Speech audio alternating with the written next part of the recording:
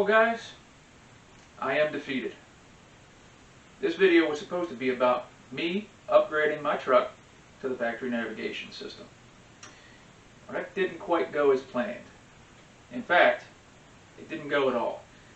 Ran into some problems, so why the hell would I post a video where it didn't work out the way that I wanted to? Simple.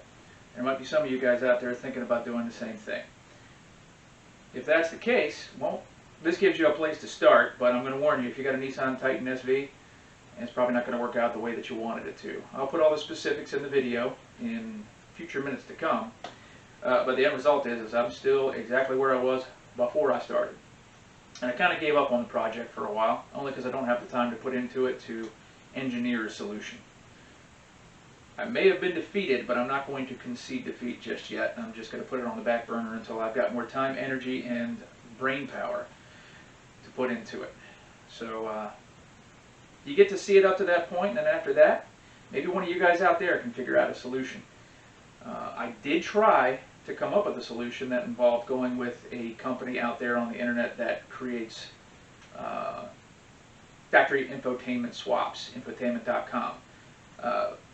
Problem is they won't sell their parts individually. They have to buy it as a kit, and it's over $1,000, and I'm just not worried about doing that if it's going to cost me that much money. At that point, I've got other options I can go for the price, but oh well. So it's been a while since I posted. Future videos to come. The Titan's on the back burner for right now. As we speak, there's 8 inches of snow on the ground and still coming down. I do have a couple videos coming up. Pool heater install, full pump upgrade to a variable speed pump, some plumbing stuff. And then as we get into the spring, we're going to have a lot more outdoorsy type things around the house and things like that. So going to get away from the truck content here and there. It's not going away. Still got stuff I want to do, but I got to prioritize the inflow of cash based on how my wife wants me to spend it. With that said, coming up, my epic fail. And as always, thanks for tuning in. Okay guys, today's project, factory navigation install. I finally pulled the trigger.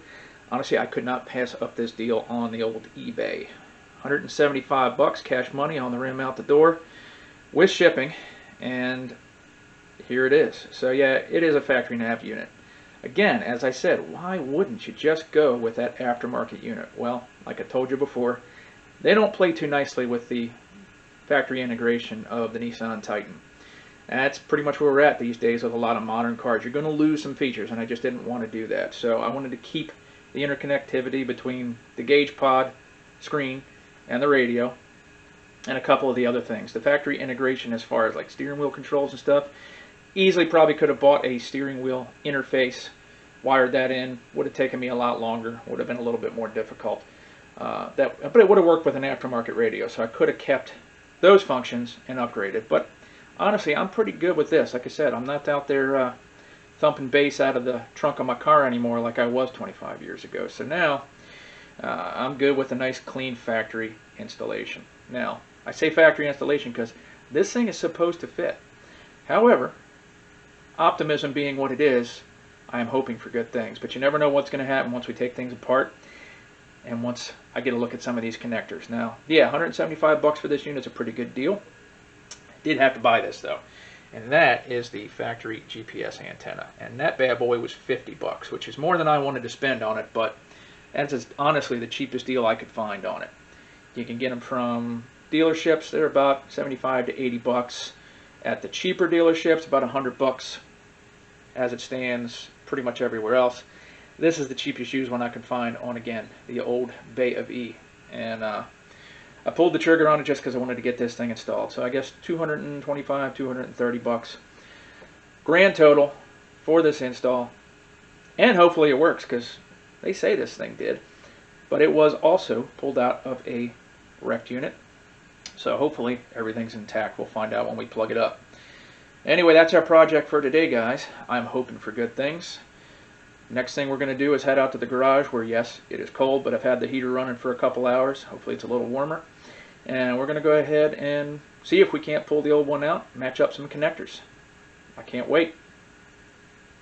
Okay, we're back. Well, here's the truck. Yeah, and if my hands are shaking, it's because it's damn cold out here still, but not much I can do about that. So what do we have to do to get this thing apart? Well, if we want to understand, all we got to do, remove the knee bolster, the trim on each side of the console, and then probably the glove box, and then I think this trim down here should pop off, and these just pop right out, and then we'll have to take the heater controls out, but should be some bolts back there, but it shouldn't be that difficult. And then old Bessie's going to go bye-byes, and we'll see what's back there. So we get the camera set up, and we'll see how it works.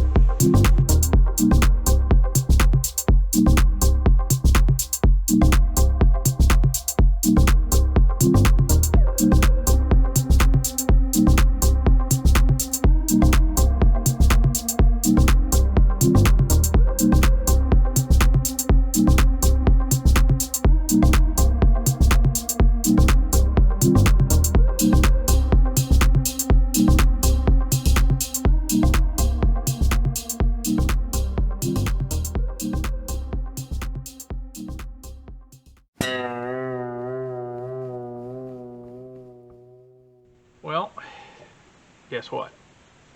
It does and doesn't work. So all that BS about me wanting to keep my steering wheel controls, guess what? This little bad boy back here, that's the connector for the steering wheel controls and your Bluetooth integration and stuff like that. Guess what? It doesn't work, it doesn't fit. Two different connectors. So again, whatever you see online, you can't always believe it. So I'm going to have to figure something out. What's going to happen now? I'm not going to install it because I need the Bluetooth. It's where I'm at. Driving up and down the road, spend a lot of time on the phone. Yeah. Steering wheel controls, I need that. Yeah. Dash integration, I want that. So now I'm going to have to figure out what to do. There's got to be a harness somewhere that I can adapt to that. But this project just turned out to be a lot more involved than I thought it was going to be. Awesome. I guess we'll check back later when and if I can figure this S show out. However, it does sound pretty good when it's on. It sounds better than the other unit. But sounds like I'm up S Creek right now as far as being able to finish this job up today. Didn't take me long to tear everything apart, although it looks now like the truck was parted out in a chop shop. But not going to take me too long to put back together. It just pisses me off because I really wanted to get this done today. Now it looks like I'm headed to the internet to spend more money and do more research. Alright. Ta-ta. Well, here's where we stand. the only thing I was able to do is mount the GPS antenna. And if you look, that's our GPS antenna right there. Easy enough, it just screwed right into the air duct and the cable just runs back. And that is where we're going to stop. So I got the GPS antenna in. Simple fact, I don't have any GPS to hook it up to. So shock. Look at that. Connector, connector. So those two, this one here and this one here, will get you all the audio that you want. Unit will fire up. Navigation will work once you plug the GPS antenna in. However, this one is different on the navigation unit compared to the factory one over here. This is a 32-pin connector. This is a 24-pin connector. If you can do the math, and you know that there's 8 more pins that ain't going to fit in that hole. Everything else is good to go. One of the interesting things is this is the same connector as this, but I got a sneaking suspicion that there are some things that are slightly different because there's only 4 wires that get pinned out on this old unit. And then my guess is there's probably something different over here. So long story short, or short story long, as a friend of mine likes to say, I'm going to have to figure out a wiring harness adapter, which they don't make. So there's a company called infotainment.com which actually does these swaps using the factory navigation unit.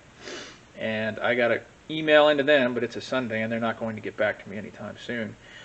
They do make a wiring harness, or at least they have one in their kits, to do this swap from the old radio to the navigation unit in the SVs on the Titan. So if they'll sell me the harness, I'll buy it.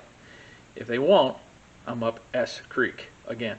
So I might have to try and obtain the connectors myself, get the pinout diagrams, and put together my own wiring harness, which isn't undoable, but this thing just became a lot bigger of a project than I really wanted it to be. So here's what might happen. That GPS antenna might stay right there in the dash. And the old factory radio may be going back in. Well, actually it is, because I need this truck.